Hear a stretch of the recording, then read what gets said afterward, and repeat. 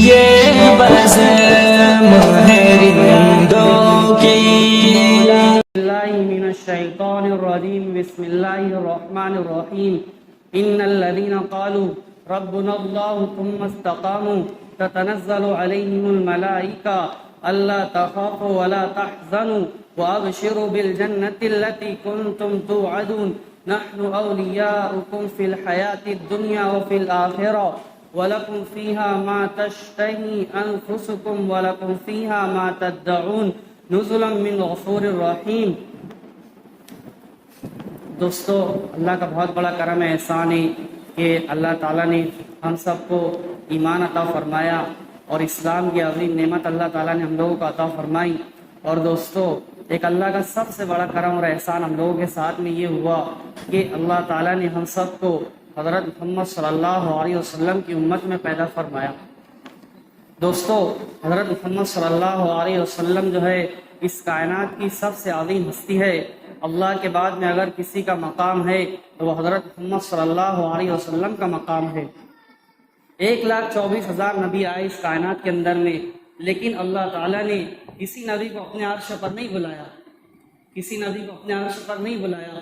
اللہ نے حضرت محمد صلی اللہ علیہ وسلم کو جو ہے اپنے عرش پر بلایا. ہمارے نبی حضور پاک صلی اللہ علیہ وسلم سدرۃ المنتہا تک پہنچے. جبریل علیہ السلام کہنے لگے کہ اللہ کے نبی اس سے جو ہے ایک قدم بھی آگے نہیں بڑھ سکتا، اس سے ایک قدم بھی اگر آگے بڑھا تو اللہ کی تجلیات کو برداشت نہیں کر سکتا، اللہ کی تجلیات سے جل کر کے ختم ہو جاؤں گا. پھر اللہ نے ایک سبز رنگ کی قالین جو ہے وہاں پر اتاری. پھر ہمارے نبی حضور پاک صلی اللہ علیہ وسلم اس پر تشریف فرما ہوئے. وہ قالین چڑھتے ہوئے جب اللہ کے عرش پر پہنچی تو جو ہے ہمارے نبی حضور پاک صلی اللہ علیہ وسلم اپنی جوتی مبارک اتارنے لگے. تو اللہ نے کہا کہ میرے محبوب، میرے حبیب، آپ جو ہے اپنی جوتیوں سمیت آئیے. اللہ نے جو ہے ہمارے نبی کی جوتی مبارک کے سامنے اللہ نے جو ہے عرش کی قیمت کو اللہ نے گھٹایا. ہم لوگ سوچے دوستو کہ ان کے اعمال کی قیمت کیا ہوں گی، ان کے اعمال کی قیمت کیا ہوں گی، ان کی نماز کی قیمت کیا ہوں گی، ان کی زکوٰۃ کی قیمت کیا ہوں گی، ان کے حج کی قیمت کیا ہوں گی، ان کے روزے کی قیمت کیا ہوں گی، ان کے اخلاق کی قیمت کیا ہوں گی. ہم ذرا اس کے اندر میں نظر تو ڈالے دوستو.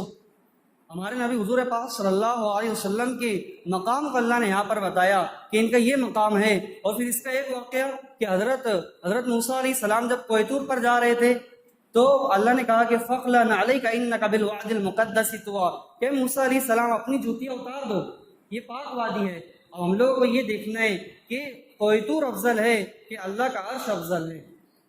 اللہ نے دیکھو کوہ طور افضل نہیں ہے اور اللہ کا عرش افضل ہے، پھر بھی ہمارے نبی کی جوتی کے سامنے جو ہے اللہ نے عرش کی قیمت کو گھٹا دیا. لوگ کہتے ہیں کہ کرتا پیجامہ کیوں پہننا ہے؟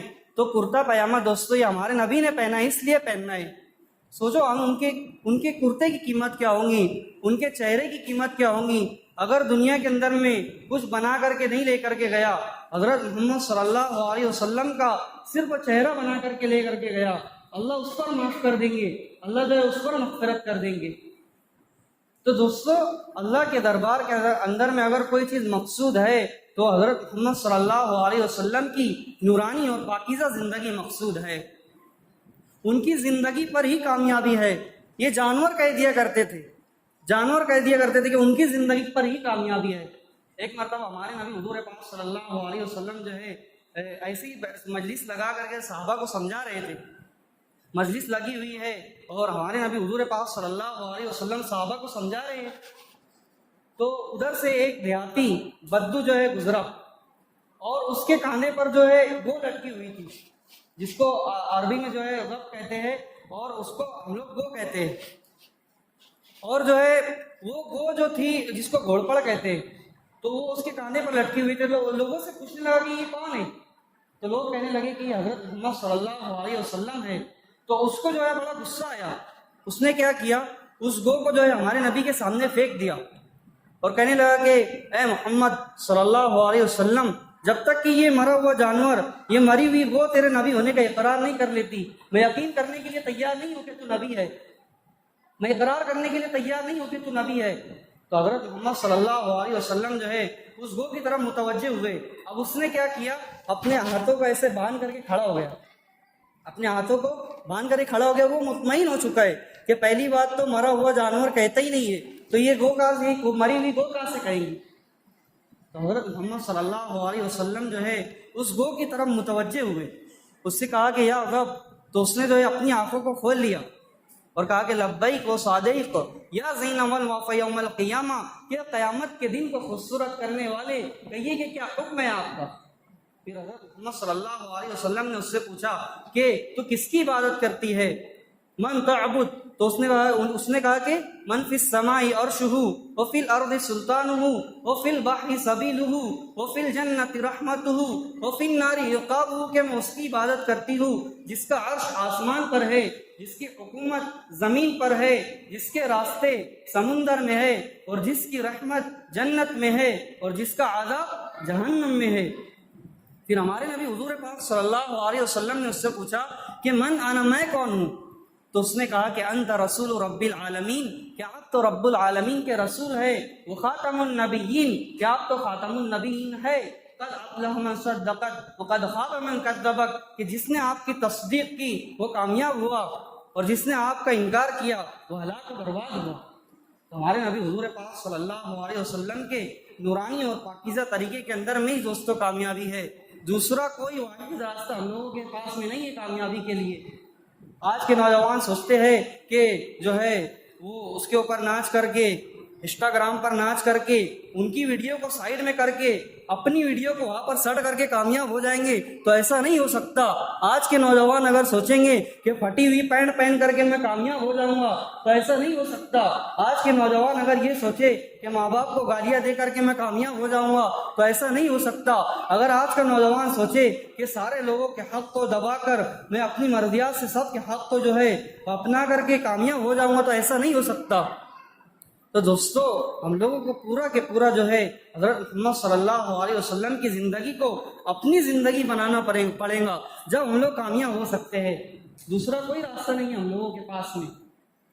اور آج دوستو دیکھو, دوسرے لوگوں کی لوگ فالوئنگ بھی کرتے ہیں, تو کیسی فالوئنگ کرتے ہیں کہ بھائی نے چشمہ پیچھے لگایا ہے تو بھائی بھی چشمہ پیچھے لگاتے ہیں, بھائی نے رومال یہاں پر ڈالے تو وہ بھی رومال وہیں پر ڈالتے ہیں, اور انہوں نے جیسی ٹی شرٹ پہنی ہے بالکل ویسی ہی ٹی شرٹ پہنتے ہیں, اور انہوں نے جیسی پینٹ پہنی ہے ویسی پینٹ پہنتے ہیں.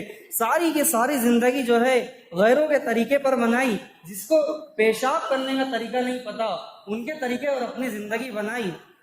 تو دوستوں, کبھی کامیابی اس کا مقدر نہیں بن سکتی. اگر ہم لوگوں کو کامیاب ہونا ہے, ہر شخص کو کامیاب ہونا ہے, تو اس کو حضرت محمد صلی اللہ علیہ وسلم کے نورانی اور پاکیزہ طریقے کے اندر میں ڈھلنا پڑے گا. دیکھو دوستو, اس کائنات کے اندر میں حضرت محمد صلی اللہ علیہ وسلم سے خوبصورت کوئی بھی نہیں آیا. ہمارے نبی کی برابری کوئی نہیں کر سکتا. پچھلے نبی بھی جو گزرے ان میں سب سے خوبصورت اگر کوئی ہے تو حضرت محمد صلی اللہ علیہ وسلم ہے. حضرت علی رضی اللہ عنہ کہتے ہیں کہ حضرت محمد صلی اللہ علیہ وسلم سے خوبصورت نہ تو میں نے ان کے پہلے دیکھا اور نہ تو میں نے ان کے بعد میں دیکھا. سب سے خوبصورت اگر اس کائنات کے اندر میں آئے تو وہ کالی کملی والے, سنہری جالی والے حضرت محمد صلی اللہ علیہ وسلم ہے. دوستو, ان سے خوبصورت کوئی بھی نہیں آیا اس کائنات کے اندر میں. ان کے سر کے بالوں سے لے کر کے پیر کے ناخنوں تک اللہ نے ان کو خوبصورت بنایا. دیکھو دوستو, اللہ نے ان کو قد مبارک کیسا عطا فرمایا کہ اللہ نے ان کو درمیانہ قد عطا فرمایا کہ لیس بالطویل البائن ولا بالقصیر, کہ حضرت محمد صلی اللہ علیہ وسلم کا قد مبارک جو تھا نہ تو وہ بہت زیادہ لمبا تھا نہ تو بہت زیادہ چھوٹا تھا, بلکہ حضرت محمد صلی اللہ علیہ وسلم کا قد مبارک جو تھا اللہ نے آپ کو درمیانہ قد عطا فرمایا. لیکن ایک معجزہ عظیم کہ لمبے سے لمبا آدمی بھی آپ کے بازو میں کھڑا ہو جاتا, لیکن وہ لمبا آدمی بھی آپ کے سامنے چھوٹا معلوم ہوتا اور آپ اس سے لمبے معلوم ہوتے. اور ہمارے نبی حضور پاک صلی اللہ علیہ وسلم کو اللہ نے بال بھی بڑے خوبصورت عطا فرمائے کہ آپ کے بال مبارک رجل الشعر, کہ آپ کے بال مبارک جو ہے وہ نیم گھنگریالے ہے, نہ تو بہت زیادہ سیدھے ہے نہ تو بہت زیادہ پیچیدہ ہے, بلکہ آپ کے بال مبارک اللہ نے جو ہے نیم گھنگریالے بنائے. آپ کی داڑھی نیم گھنگریالی تھی, اور آپ کا چہرہ جو ہے نہ تو بہت زیادہ گول تھا نہ تو بہت زیادہ لمبا تھا, بلکہ دونوں کے درمیان میں آپ کا چہرہ مبارک تھا. اور جو ہے آپ کا چہرہ مبارک جو ہے چاند کی طرح جو ہے خوبصورت تھا, چاند کی طرح, 14ویں رات کی چاند کی طرح آپ کا چہرہ جو ہے چمکتا ہوا اور خوبصورت تھا. آپ کا بدن زیادہ موٹا نہیں تھا، آپ کا بدن زیادہ موٹا نہیں تھا، اور حضرت محمد صلی اللہ علیہ وسلم کا رنگ مبارک جو تھا ولا بالابیض الامحق ولا بالجعد القطط ولا بالسبط، کہ حضرت محمد صلی اللہ علیہ وسلم کا رنگ مبارک جو تھا وہ نہ تو چونے کی طرح سفید اور نہ تو سولا، بلکہ حضرت محمد صلی اللہ علیہ وسلم کا رنگ مبارک 14ویں رات کی چاند کی طرح چمکتا ہوا تھا۔ اور حضرت محمد صلی اللہ علیہ وسلم کا جو اللہ نے ان کو آنکھیں عطا فرمائی تو اخحل احور ادعج انجل اقرن، کہ آپ کی آنکھ مبارک جو تھی وہ لمبی تھی اور موٹی تھی، اور آپ کی آنکھوں کی سیاہی بالکل سیاہ تھی اور سفیدی بالکل سفید تھی، اور اس سفیدی کے اندر میں سر کو ڈورے تیرتے ہوئے نظر آتے تھے، جو حضرت محمد صلی اللہ علیہ وسلم کی نبوت کی نشانی پچھلی کتابوں کے اندر میں لکھی ہوئی تھی۔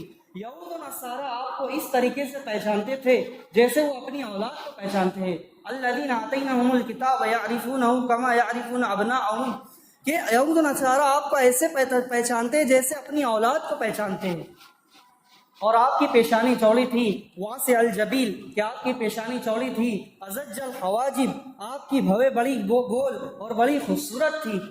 اور ہم دنیا کے اندر میں دیکھتے ہیں کہ بہت سارے جو ہے مرد حضرات ہوتے ہیں، ان کو بہت سارے بال ہوتے ہیں بدن پر، لیکن حضرت محمد صلی اللہ علیہ وسلم کو ہاتھ پر جو ہے تھوڑے تھوڑے بال تھے، آپ کی پندریہ مبارک پر تھوڑے تھوڑے بال تھے، لیکن حضرت محمد صلی اللہ علیہ وسلم کو عام طور پر جیسے لوگوں کو بال ہوتے ویسے نہیں تھے، بلکہ ہمارے نبی کو یہاں پر بھی بال نہیں تھے، من غیر کرنین، کہ آپ کے یہاں پر بھی بال نہیں تھے۔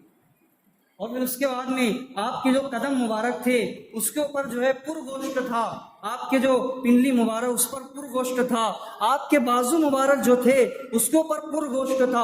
ہمارے نبی حضور پاک صلی اللہ علیہ وسلم کا جو سینہ تھا وہ چوڑا تھا، اور آپ کے جو جوڑوں کی ہڈیاں تھی، یہ ہڈی گھٹنے کی ہڈی اور یہ ہڈی ساری آپ کی جو ہڈیاں تھی وہ بالکل موٹی تھی اور مضبوط تھی۔ اور محمد صلی اللہ علیہ وسلم جو ہے آپ کے گال مبارک نہ تو بہت زیادہ باہر تھے نہ تو بہت زیادہ اندر تھے، بلکہ حضرت محمد صلی اللہ علیہ وسلم کے گال مبارک جو تھے وہ بھی درمیانی سطح پر تھے، صعل الخدین، کہ آپ کے گال مبارک زیادہ باہر نہیں تھے اور زیادہ اندر نہیں تھے بلکہ درمیانی سطح پر تھے، اور آپ کی ناک مبارک جو تھی وہ جو ہے بلندی مائل تھی۔ حضرت محمد صلی اللہ علیہ وسلم کی ناک مبارک کے اوپر جو ہے ایک نور کی چمک ہوا کرتی تھی، اور حضرت محمد صلی اللہ علیہ وسلم کے دانت مبارک جو تھے اس میں تھوڑا تھوڑا گیپ تھا، جیسے ہم لوگوں کے جو دوستوں بھی ہوتے ہیں اس میں بھی کسی کو ہوتا ہے کہ کس کا دانت ادھر سے نکل جاتا ہے، کس کا ادھر سے نکل جاتا ہے، کس کا آگے پیچھے ہوتا ہے، بلکہ نہیں، ہمارے نبی کے دانت مبارک جو تھے وہ ترتیب وار تھے، ترتیب سے تھے۔ اخرجت سنتین اذا تکلم رؤی النور یخرج من بین الثنایا، اور حضرت محمد صلی اللہ علیہ وسلم جو ہے دوستو ان کے دانت مبارک جو تھے اس کے اندر میں سے ایک نور نکلتا تھا، آپ جب بات کرتے تو ایک نور سا ظاہر ہوتا تھا۔ اور ہمارے نبی حضور پاک صلی اللہ علیہ وسلم کی دونوں شانوں کے درمیان میں جو ہے مہر نبوت تھی، اور کوئی ہمارے نبی حضور پاک صلی اللہ علیہ وسلم کو آواز دیتا تو ہمارے نبی اس کا بڑا اکرام کرتے، بڑی عزت اس کو دیتے، پوری عزت جو ہے اس کی طرف متوجہ کرتے حضرت محمد صلی اللہ علیہ وسلم۔ جیسے آپ کو آواز دیے تو آپ جو ہے اس کی طرف ایسے چہرہ گھما کر کے نہیں دیکھتے تھے سب، بلکہ حضرت محمد صلی اللہ علیہ وسلم پورا کے پورا اس کی طرف متوجہ ہوتے، سینہ در سینہ جو ہے اس سے بات کرتے، کیونکہ جو ہے اگر کسی کی طرف ویسے دیکھو صرف چہرہ گھما کر کے تو تھوڑا بیزی ہوتا ہے آدمی کہ یار کیا دیکھنا اس کی طرف، لیکن ایسے نہیں، بلکہ حضرت محمد صلی اللہ علیہ وسلم پورا سینہ در سینہ اس کی طرف متوجہ ہوتے، اس سے بات کرتے۔ اور ہمارے نبی حضرت محمد صلی اللہ علیہ وسلم اپنی پوری زندگی سچ کے ساتھ میں زندگی گزاری، ہمیشہ سچ بولتے تھے، سخی دل تھے، سخاوت والے تھے، اور حضرت محمد صلی اللہ علیہ وسلم جو ہے آپ کا خاندان سب سے عظیم خاندان۔ حضرت جبرائیل علیہ السلام بھی کہتے ہیں کہ میں اللہ کے نبی، میں نے پوری کائنات کا چکر لگایا لیکن بنی ہاشم سے افضل اور بہتر خاندان مجھے دوسرا کوئی بھی نہ ملا۔ اور حضرت امی جان عائشہ رضی اللہ عنہ کہتی ہے کہ جو ہے انہوں نے جو ہے ان عورتوں نے حضرت یوسف علیہ السلام کو دیکھا تھا تو اپنی انگلیاں کاٹ لی تھی، اگر میرے نبی کو دیکھ لیتی تو اپنے دل کو کاٹ کر کے رکھ دیتی۔ حضرت محمد صلی اللہ علیہ وسلم اس کائنات کے اندر میں سب سے عظیم ہستی ہے، آپ کے بعد میں جو ہے اللہ کے بعد میں اگر کسی کا مقام ہے تو حضرت محمد صلی اللہ علیہ وسلم کا۔ اور دوستو ایک مرتبہ ہمارے نبی حضور پاک صلی اللہ علیہ وسلم مدینہ کے راستے پر جو ہے سفر کر رہے تھے.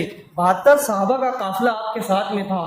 بڑا ہی لمبا واقعہ ہے لیکن مختصر یہ ہے کہ حضرت محمد صلی اللہ علیہ وسلم نے اس بوڑھی خاتون سے پوچھا کہ ماں جی کچھ کھانے کے لیے ملے گا؟ تو انہوں نے کہا کہ کھانے کے لیے کچھ بھی نہیں ہے، بس ایک بکری ہے. صلی اللہ علیہ وسلم جو ہے اس بکری کے لیے کہا کہ اس کا میں اگر دودھ نکال لیتا ہوں اگر آپ اجازت دو تو انہوں نے کہا کہ آپ نکال لو. تو اس نے جو ایک کٹورا جو ہے ہمارے نبی کو دودھ دھونے کے لیے دیا. تو ہمارے نبی حضور پاک صلی اللہ علیہ وسلم نے اس بکری کے تھن کو جب ہاتھ لگایا تو دونوں تھن جو ہے دودھ سے بھر کر کے لٹک پڑے. ہمارے نبی نے اس کے دودھ کو دھوا، اتنا دودھ نکلا کہ پورا کٹورا بھر گیا. سب سے پہلے اللہ کے نبی حضور پاک صلی اللہ علیہ وسلم نے معبد کو پلایا، اور اس کو پلانے کے بعد میں جب پھر دوبارہ دودھ دھوا، کٹورا بھر گیا.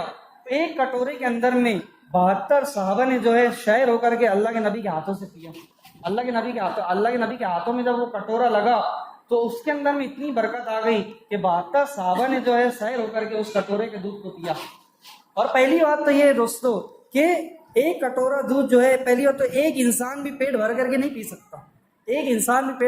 سکتا، لیکن وہ ہمارے نبی کے ہاتھوں کی برکت کہ ان کے ہاتھ لگے. 72 صحابہ نے جو ہے سیر ہو کر کے پیا، اور پینے کے بعد میں صحابہ کہنے لگے کہ اللہ کے نبی ہم نہیں پی سکتے بس. تو یہ اللہ کے نبی کے ہاتھوں کی برکت ہے دوستو. ان کا ہاتھ لگ گیا کٹورے پر. 72 صحابہ نے پورا ایک کٹورا دودھ جو پیا، سیر ہو کر کے پیا. کیسی برکت. سعدیہ علیمہ نے ہمارے نبی حضور پاک صلی اللہ علیہ وسلم کی جو ہے گود میں ان کو لیا. اللہ نے ان کی زندگی کے اندر برکتیں بھر دی. تو دوستو ہم ذرا غور کریں کہ ہم حضرت محمد صلی اللہ علیہ وسلم کی زندگی کو اپنی زندگی بنائیں گے تو کیا اللہ ہم لوگوں کے ساتھ میں برکت کا معاملہ نہیں کریں گے؟ اللہ کی طرف سے برکتوں کے نزول نہیں آئیں گے؟ اللہ کی طرف سے رحمتوں کے نزول نہیں آئیں گے؟ اللہ کی طرف سے نصرتوں کے نزول نہیں آئیں گے؟ تو دوستو ہم جو ہے آج اسباب کی کمی سے پریشان نہیں ہے اور مال کی کمی سے پریشان نہیں ہے. ہم سب جو پریشان ہیں تو حضرت محمد صلی اللہ علیہ وسلم کی نورانی اور پاکیزہ زندگی چھوڑنے کی بنیاد پر پریشان ہیں. آج بھی ہم لوگ جو ہے حضرت محمد صلی اللہ علیہ وسلم کی نورانی اور پاکیزہ زندگی کو اپنی زندگی بنا لے. اللہ جو ہے ہم لوگوں کے ساتھ میں بھی برکت والا معاملہ کریں گے، اللہ ہمارے ساتھ میں بھی رحمت والا معاملہ کریں گے. تو پھر وہ کٹورا ایک مرتبہ اللہ کے نبی نے اور بھرا، اس بوڑھی خاتون کو دیا، اور سفر جو ہے مدینہ کی طرف شروع. اور پھر جب اس کے خاوند جو ہے وہاں سے واپس آئے ریون سے بکریاں چرا کر کے، اس سے پوچھنے لگے کہ معبد یہ جو کٹورا ہے دودھ کا تو یہ کیسے آیا؟ تو کہنے لگے کہ اس بکری کے اندر میں سے آیا. وہ کہنے لگے تیرا دماغ تو نہیں خراب ہے؟ جو بکریاں چرنے کے لیے گئی تھی ان لوگوں کے اس کے اندر میں تو دودھ نہیں آیا، اس بکری کے اندر میں کیسے دودھ آ گیا؟ تو اس موقع پر اس نے جو ہے ہمارے نبی حضور پاک صلی اللہ علیہ وسلم کا حلیہ مبارک جو ہے اس ابو معبد کو جو ہے سنایا. کہا کہ میں نے ایک جوان دیکھا، رأیت رجلا، ان کا چہرہ بڑا چمکتا ہوا تھا، ابلج الوجہ، ان کا چہرہ بہت تابناک تھا، حسن خلق، بدن کی بناوٹ نہایت خوبصورت تھی، حسن خلق، لم تعبہ تجلا، نہ تو ان کا پیٹ موٹا تھا، ولم تضر بہ صعلا، نہ تو ان کے بالوں میں گنجا پن تھا، وسیم قسیم، وہ وسیم بھی تھے وہ قسیم بھی تھے.